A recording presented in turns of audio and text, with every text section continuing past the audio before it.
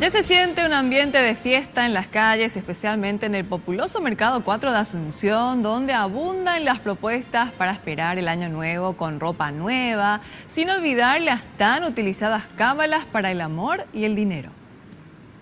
Dar una vuelta a la manzana con una maleta para viajar en el año entrante, vestir de blanco para la paz o de rojo para el amor, ropa interior de color amarillo para el dinero y alegrías.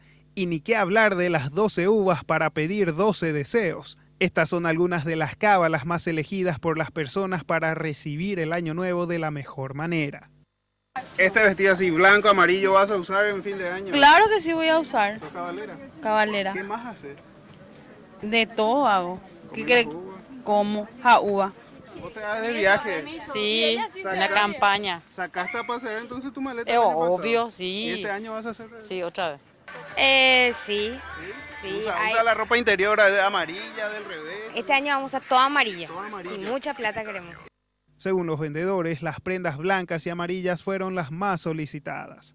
El pueblo paraguayo tiene la tradición, tiene la costumbre de comprar la ropa de color rojo para usarla en tiempo de Navidad, en época de paz y amor, como quien dice, y para lo mejor, para la despedida del año y para la bienvenida del 2018, siempre buscan ropa blanca.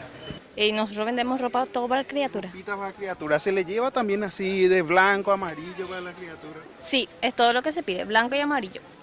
Los vendedores del Mercado 4 invitan a las personas a que se acerquen a sus negocios. Cuentan que tienen todo para cumplir con esas cábalas en la Nochevieja y recibir de la mejor manera el 2018.